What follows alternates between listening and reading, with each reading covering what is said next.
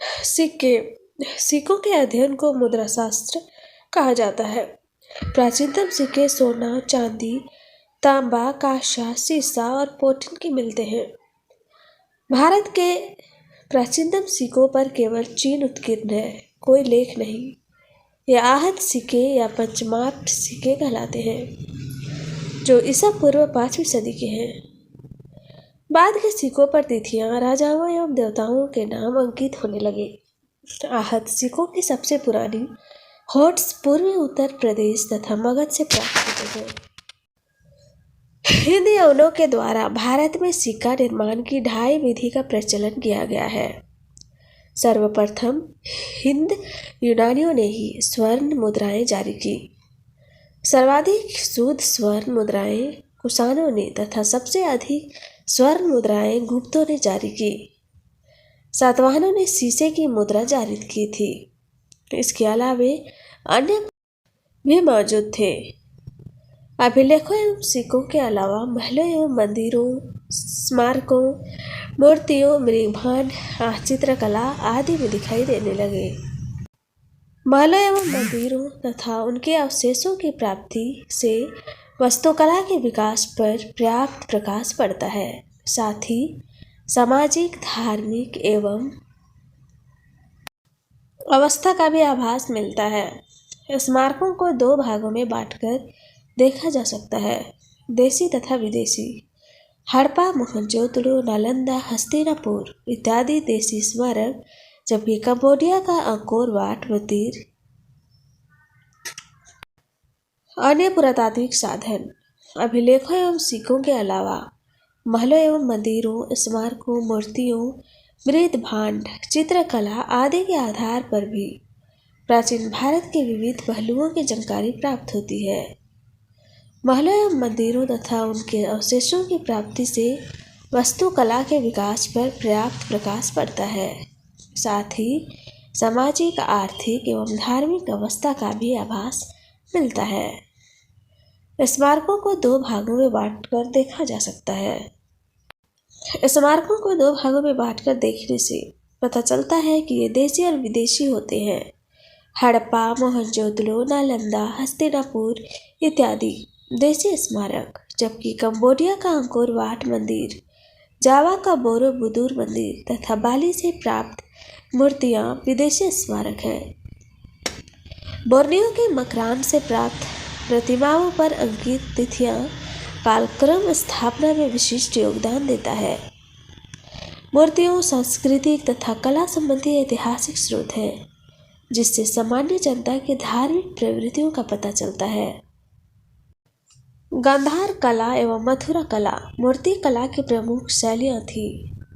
सारनाथ, भरहुत, बोधगया एवं अमरावती मूर्ति कला के अन्य प्रमुख केंद्र थे।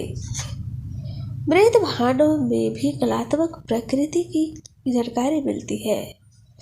हड़प्पा काल के लाभ मृद्भांड, उत्तर वैदिक काल के चित्रित धूसर मृद्भांड तथा मौर्य युग की प्राचीन की पहचान उत्तरी कालीन पॉलिश वाले मृद्भांड से की जाती है। चित्रकला जीवन के विभिन्न पक्षों को स्पष्टता देने वाला प्रमुख ऐतिहासिक स्रोत है, जिससे कला विशेष के जीवन की उन्नति तथा भावुकता का पता चलता है। प्रागैतिहासिक गुफाओं, विशेषकर भीमबेटका का गुफा चित्र एक मुख्य पुरातात्विक स्रोत है, जिससे पूर्व ऐतिहासिक काल की सांस्कृतिक विविधता पर प्रकाश पड़ता है। अजंता तथा बाघ के उन्नत गुफा चित्रों से गुप्त काल की जानकारी मिलती है। इतिहास की तिथियां। अंग्रेजी में BC ईस्वी पूर्व का तात्पर्य बिफोर क्राइस्ट होता है। AD एनो डोमिनी नामक 2 लैटिन शब्दों से बना है, जिसका तात्पर्य ईसा मसीह के जन्म के वर्ष से है। कभी कभी AD की जगह CE तथा BC की जगह BCE का प्रयोग होता है। CE अक्षरों का प्रयोग कॉमन एरा तथा BC का प्रयोग बिफोर कॉमन एरा के लिए होता है। कभी कभी अंग्रेजी के BP अक्षरों का प्रयोग भी होता है, जिसका तात्पर्य बिफोर प्रेजेंट मतलब वर्तमान से पहले होता है। साहित्यिक स्रोत। अतीत की पुस्तकें हाथ से लिखी होने के कारण पांडुलिपि कही जाती है।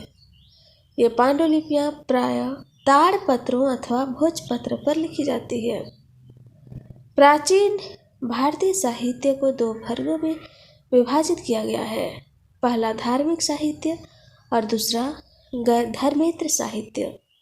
तो हम एक एक करके दोनों के विषय में जानेंगे। धार्मिक साहित्य। धार्मिक साहित्य के अंतर्गत मुख्यतः ब्राह्मण साहित्य, बौद्ध साहित्य एवं जैन साहित्य शामिल किए जाते हैं। ब्राह्मण साहित्य, इसके अंतर्गत वेद, पुराण, ब्राह्मण, आरण्यक, वेदांग, उपनिषद, सूत्र साहित्य, स्मृतियाँ, पुराण, रामायण तथा महाभारत आते हैं। ये ग्रंथ प्राचीन भारत की राजनीतिक, सामाजिक, आर्थिक, धार्मिक एवं सांस्कृतिक स्थिति का विस्तृत विवरण प्रस्तुत करते हैं। प्राचीनतम ब्राह्मण साहित्य ऋग्वेद है। वेदों की संख्या 4 है। ऋग्वेद, यजुर्वेद, सामवेद एवं अथर्ववेद। इन चारों वेदों को सम्मिलित रूप से संहिता में रखा गया है। जंगलों में लिखे गए ग्रंथों को आरण्यक ग्रंथों की विषय वस्तु के दार्शनिक चिंतन को दर्शाता है। इसकी रचना बहुत पहले हुई थी। आरण्यक ग्रंथों को विभिन्न प्रकार से देखा सीखा जाता है। वेदांग, वेदों का अर्थ ठीक प्रकार से समझने की रचना के बारे में बताया गया है। वेदांगों के अंतर्गत आता है शिक्षा, कल्प, व्याकरण, शिक्षा और ज्योतिष। उपनिषद वैदिक ग्रंथों के अंतर्गत इसके अंतिम भाग है। दर्शन के गूढ़ रहस्यों का विवेचन अंतिम भाग होने के कारण उपनिषद कहा जाता है। उपनिषदों की संख्या बृहदारण्यक, कठ, छांदोग्य। सूत्र साहित्य। सूत्रों में मनुष्य के कर्तव्य, सामाजिक नियमों का उल्लेख किया जाता है। इसकी संख्या 3 है। स्रोत सूत्र, गृह सूत्र, वक्ष सूत्र। स्मृतियाँ, स्मृतियों की रचना सूत्र के आधार पर हुई है, जिसे धर्मशास्त्र भी कहा जाता है। मनुष्य के काल से संबंधित विभिन्न क्रियाकलापों को इन स्मृतियों से मिलती है। मनुस्मृति सबसे प्राचीन है। काल से संबंधित विभिन्न क्रियाकलापों इन स्मृतियों से मिलती है। स्मृति सबसे प्राचीन है। मनुस्मृति के प्रसिद्ध मेधातिथि गोविंदराज तथा याज्ञवल्क्य स्मृति के टीकाकार हैं। ईस्ट इंडिया कंपनी के शासनकाल में गवर्नर जनरल वारन हेस्टिंग्स के प्रयासों से अंग्रेजों में अनुवाद को द जेंटू कोड के नाम से जाना जाता है।